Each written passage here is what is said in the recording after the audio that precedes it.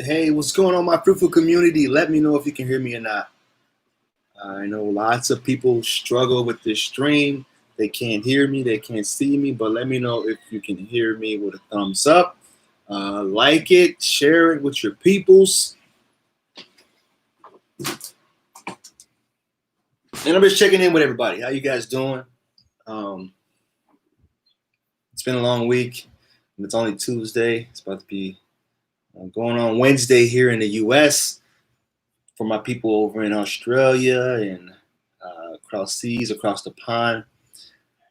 So, back on my manifestation talk.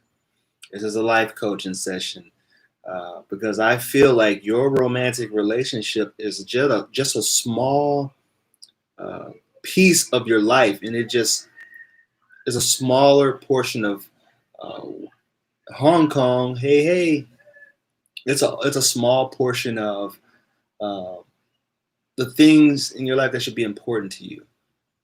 Because you should really be focusing on your career, finding your purpose, being a good parent, being a good employee if you are an employee, and just striving to have good physical health, eating healthy, living a wellness life. And a lot of the books that I read, people that I listen to, a lot of it is one person I've been listening to a lot lately is Bob Proctor, and Bob Proctor studied a lot of the people that I consider my mentors.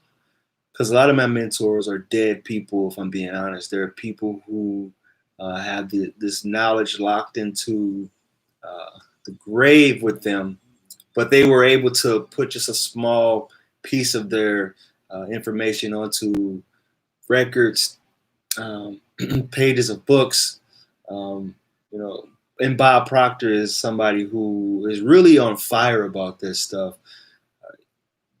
The way he thinks about things is a lot of my philosophy. And if anybody don't know who Bob Proctor is, he is somebody who was very successful. He's made a lot of money, and it's not all about the money, but he's rich mentally too. He's all about the manifestation and the law of attraction and being able to attract the people and the circumstances that you want into your life. You are the main character in your story, but many people feel like they are just additions to somebody else's storyline or relationships too.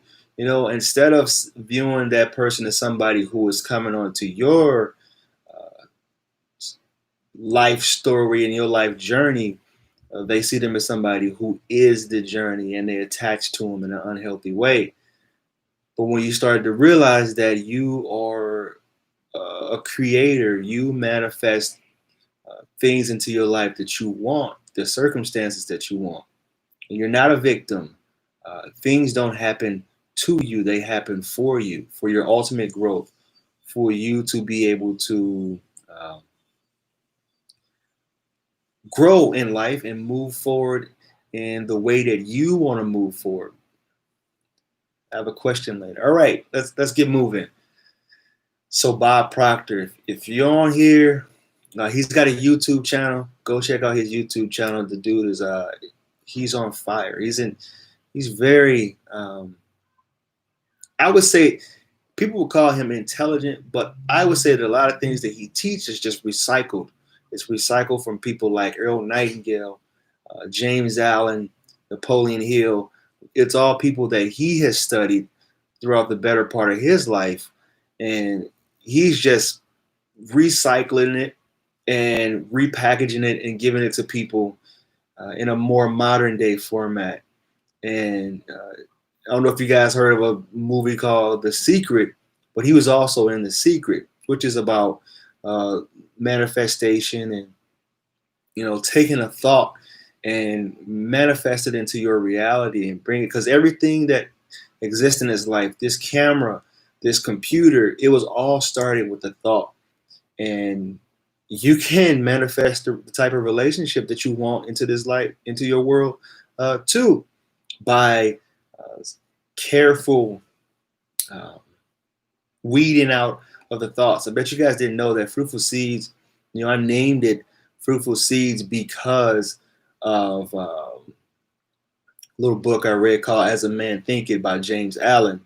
And that book I must have read or listened to, because I listened to it on YouTube or online or Audible or whatever. I listened to that book probably 400 times. I'm not even exaggerating. It's not even funny, but I'm not exaggerating. And every time I listen to it, I take something different away from it. But the book has been very powerful for me, and it's helped me start this company. And in the book, it gives an example. One that stuck with me is you are the master gardener of your mind, and it's up to you to weed out the unneeded, unwanted seeds and plants in your mind. So the weeds you want to weed out, and I say, I only want to plant the fruitful seeds into my life, the things that are going to grow into desirable outcomes, desirable fruit, the positive fruit. Because negativity doesn't it doesn't help you. It doesn't do anything for you. Negative thoughts, anxiety, worry, it does nothing for you in your life. If anything, it causes stress, stomach ulcers, and anxiety about whether or not people are going to leave you, if they're going to stick around. It's useless. And we attract what we fear. The things that we fear in life, we manifest that into our reality. I can't even count on my fingers how many times I was really anti and anxious about somebody leaving me, but my subconscious did everything in its power to make that worry a reality. Think about that. Do you guys do that? Do you guys worry so much that you can't be present and can't be authentically you in your life because you are so stressed out and worried about that person leaving you? Ooh, this light is bright. All right. All right, who's in the room? Hello. Hello. Amira. Good evening. Chris Neal. Hey, so I hope that's how you say your name. Telepathy. We are all vibrational beings. We are all spiritual beings having a human experience. Vibration, if you can. I was listening to a video today by Bob Proctor, and he said that, like just like the cell phone operates on a frequency. And if you have that person dialed into your phone, you can reach that person on the same frequency. And we can do that with thought, which is what the monks do. They practice it. They practice being able to practice telepathy and connect to a higher power. This is all going extra here, but it's actually worked for me. I've manifested some things into my life. All right, so think about it this way. Have you ever thought so hard about somebody, or you was talking to somebody about somebody, and all of a sudden they either call you up or they text you, and you're like, that's weird. I was just talking about you. Oh, we were just talking about you. It's no coincidence. No coincidence at all. That's all the law of attraction. That is all those thought vibrations that you let off. You know how there are certain people that have good vibes to them, literally good vibrations. They're happy, they're upbeat, they're positive, and you literally can't bring that person down, and it makes you want to be around that person more. It energizes you to be around them. But then you have these low vibrational people who are always negative, always complaining about things. Nothing goes right, and you think like, man, I don't understand how you have such bad luck. It's because the low vibrations that they put out very negative vibes, and they attract that same negativity into their life, just like a magnet. Coach, for emotionally avoidant personality disorders, is it the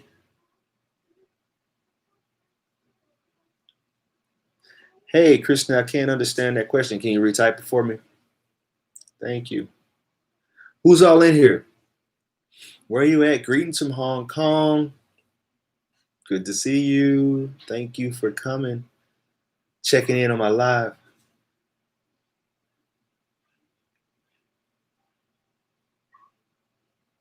Who's all in here? It is 9:09 here in the States. What's up, Dean? 9:09 here in the States. Thanks for coming in here. We're almost at 1,000 subscribers, baby. So you see this potato that I'm using right now to stream from? I may be able to use an Apple. Well, actually, this is IMAX. I can use my iPhone soon. Whoop whoop.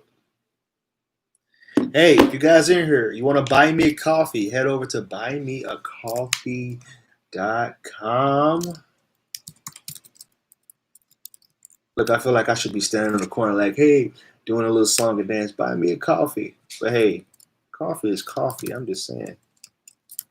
Iamcoachcourt. Buymeacoffee.com. Iamcoachcourt. Thanks for your time. Hey, no problem, Dean. Listen, I wouldn't be here if it wasn't for you guys. And everything that I study, I'm studying so I can give back, so I can teach you guys, give you the condensed version of the stuff that I'm learning. Thanks, Dion. It's good to see you, bro. Hey, if you guys in here, you want to follow somebody else that I really like and I really appreciate is Dion Chestnut. He is in here. He's got his own channel too. If he wants to put that down there, you go ahead, brother. I have it with my DA. When I see him, I'll always ask me something like we just talked about.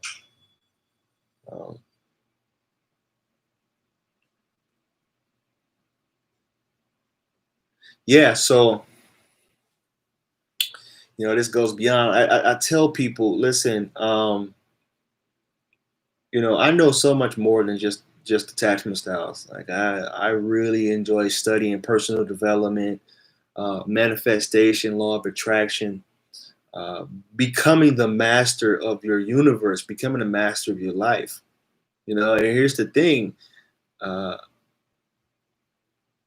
Two of the things that I was told that really hacked my life and made me become who I am today, or helped push me to the person that I want to become. I'm still not there. Not nowhere even close.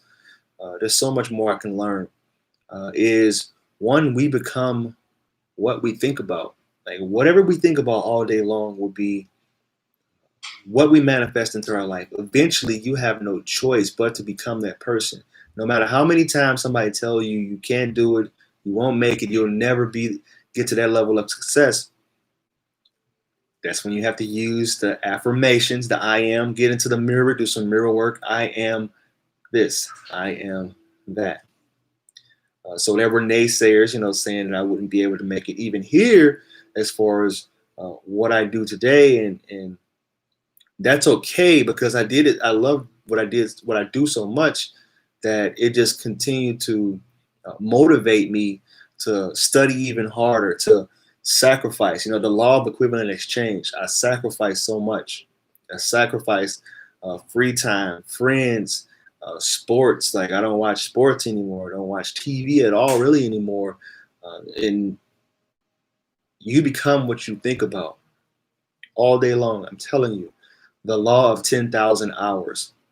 I did a video last year talking about the law of 10,000 hours and how Beethoven, Mozart, their work wasn't even that great in the beginning.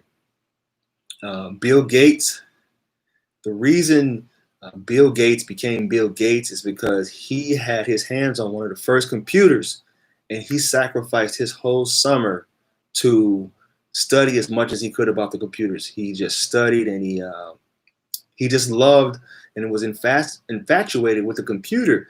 And sooner or later, he ended up working on that computer 10,000 hours. So it's no coincidence that Microsoft was created by somebody so brilliant. It's because that's all he thought about. It's what he obsessed about. You become what you think about. And I know when we're going through a breakup and we're having our heart broken, we become relationship experts, or we think we do. because you study so much of this.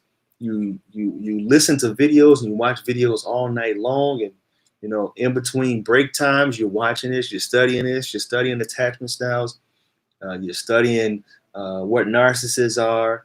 Uh, you obsess over it, and you get really knowledgeable about it. And the reason you do it is because you want to have a second chance eventually, if you ever do. Sorry. My apologies. So, anybody got questions? Like I said, people come through the door with what I know about attachment styles and relationship coaching, but I do so much more than that. Like, I really try to push that person to become more self-reliant. I try to show them that they are much more than the heartbreak they're going through. And the ideal ending is self-reliance and knowing that they can walk. Bill Gates is a demon. I don't know. Yeah, see, I don't know. I try not to get too involved with all that, Illuminati and anything like that. Like, it's just, but I have heard, saw the stories about Bill Gates, and not even Bill Gates. Like, if we want to go a little further, like Mozart, Beethoven, their first works weren't even notable. They were something that really forgot about. But when they got more towards that 10,000 hours, another person. Look at my role model, RIP, Kobe Bryant. Like, all he did was study, eat, slept, basketball. That's it. That's it. Once he reached that 10,000 hours, you already know he'd probably go down as one of the greatest of all time. Childhood emotionally neglected. So here's the thing. Like, I don't want to go too deep into the trauma and stuff, because I'm not a therapist. I'm not a counselor. Like, I'm not licensed to do stuff like that. To undig those wounds and stuff, because a lot of times when you're in those sessions, which I've been in some sessions, that people, if you undig a certain scar, like, you got to be ready to heal that wound for them, or help them, or give them tools on how to heal that wound, and be ready for the blowback, because a lot of negative things can come from that. Hey, Dean, appreciate you, man. Cup. I don't do Starbucks these days, but there is this local place in here in town called Paradigm. Now, that's pretty cool, right? Because Bob Proctor talks a lot about, you have to have a paradigm shift in your life before you start to really change the way you operate.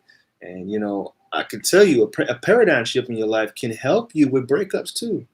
It can help you heal some of those wounds that you have by kind of help you weed out those limiting beliefs and those negative stories that you tell yourself. Many times when you get your heart broke and you feel like you'll never find that person that does it like the person that broke up with you. But there are 7.8 billion people in this. You okay? 7.8 billion people in this world. And we have to stop with the limiting beliefs. Stop telling ourselves that, this person is the only one for us, because it's not true. We attach to 1 to 2 people over the course of a decade. If one, you may meet one person that does it for you, that really makes you attached to them in a way like no other person has done. You can go on 50, 200, you can be Van Wilder and go on all these first dates, but never really connect and bond where you attach to them. But it is possible to find that person again. And it's also possible to eventually detach from that person. And the best way to do that is, and people kind of get bent out of shape when I tell them this. I say, you really need to give them the breakup Work on yourself. Like, do some real work on yourself. See where this need to be in an unhealthy relationship comes from. Where is this codependency coming from? What is it that happened to you in the past that makes you feel like you need to stick it out with this person and try to love them out of their trauma? Try to love them out of their unhealthy, toxic ways, because it's up to them to want to change. You can't love them out of it. No matter how much emotional or physical abuse you put up with, how many gifts you buy them, how many trips you take them on, you cannot love them out of their trauma. Over 60 and X many years ago appears to be applying the indirect approach for your grandkids. Yeah, Amanda, you got to be careful with that because they will um, figure out a way. But you know what I like to do though? Like if they do try to do an indirect approach, then just go straight up to them like, hey, I know what you're doing. What's up? Want to get some coffee? You know, if you want that person back. If you do.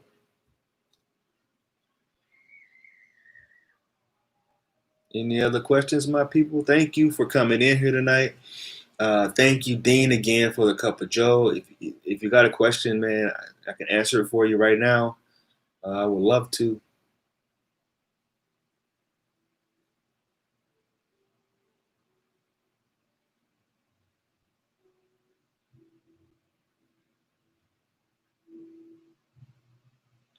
All right, so Dion wants me to share his story.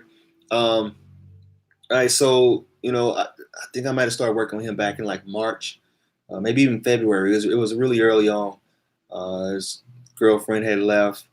Um, fairly, and I think the relationship was going on for about a year, and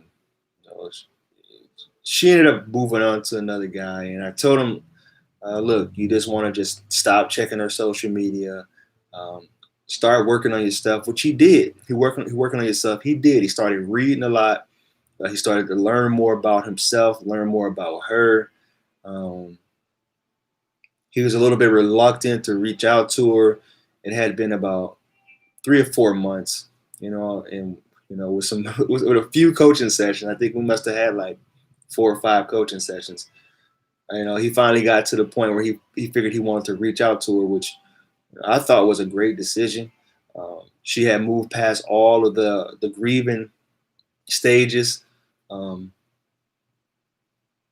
on social media, I saw that she had removed some of her relationship status stuff, and I said, this might be a good time, because usually when you start to see women changing their statuses, because if a woman's in love with you, they'll want to show you off. They'll be posting pictures about you, uh, posting little quotes about you, and when it started to like disappear, like if you see something go to like relationship status, uh, usually they don't do the single right away because they don't want to talk about it. Uh, the relationship status usually just disappears. And then you start to see less and less pictures of them and the other guy. I see a lot of married couples do this too. And usually I figure like, all right, maybe the marriage is on the rocks also. So you'll start to see that happen. And he did, he reached out. She was really excited to hear from him, which I knew. I told him, I said, when you're with somebody for so long, you guys are best friends. There's a lot about that person, and like I said, attachment don't happen easily. And he reached out, found out, she was talking to some other guys in between, but they wasn't him. They didn't have the same type of swagger that he had, and she ended up. I told him like this is what I told him. Hey Dion, sorry man, I gotta share this. I told him to don't get too over eager and don't talk to her too long, because what happens is we end up saying something we don't want to say, and we end up sticking our foot in our mouth. And he did that, and she backed away again. But it's been 3-4 more months later, she's back. She's talking to him again. Go ahead and tell him everything. She's back. She's talking to him again. Um, and now he's trying to figure out what's going on because it seems like she might be monkey branching him with another guy. And I did confirm that it does look like some monkey branching is going on, and he's just trying to figure out how to proceed from here. And she came back once. I don't, Actually, she came back. Yeah, yeah. She came back.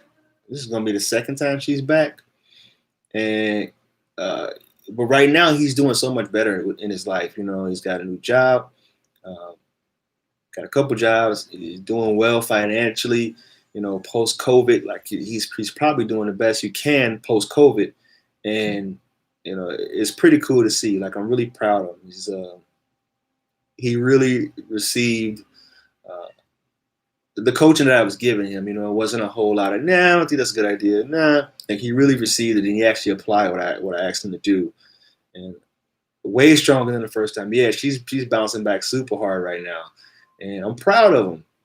He's happy, but now he's in the driver's seat now, and he gets to make a decision, and that's usually how it's supposed to be. Because women don't like men that are indecisive and weak and anxious and feel jealous. They want a guy that can take the driver's seat, plan the dates, not have to be his mom where she's planning all the dates and she's basically taking care of him. And women want to feel like a princess. They want to feel, I know people are going to say, no, don't talk like that, but it's serious. Like I'm serious. Women want to feel like they're special and like they can just be in their feminine. There's a thing called sexual polarity, and when a woman has to be more in her masculine than in her feminine, she's going to get turned off to the guy, because if the guy is acting more feminine than she is and can't take charge and make her feel secure with his decision making and with his way of being, then she's gonna fall out of attraction for him. The attraction is going to fall for him, and chances are there's going to be other guys that's around, that's orbiting in her universe, that she's going to find a little bit more masculine and a little bit more attractive. So you have to keep that balance in check. If you start texting too much, getting jealous, getting needy, getting clingy, getting anxious, anxious attachy, she's going to lose respect for you, and she's going to feel turned off by you, because she wants somebody that's going to be able to stay centered when she's having her moments. Women aren't silly. They're not stupid. They know that they have moments at times, and they want a man that's going to be strong and confident enough to stay firm and, kind of guide them back to, calmness. Thanks for letting me share that, man. She's back way hard. Yeah, so definitely interesting. I appreciate you, Dion, big time. Thanks for coming in and contributing.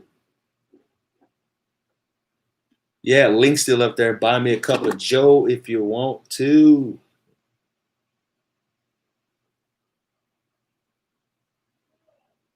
Yeah, it's cool, man.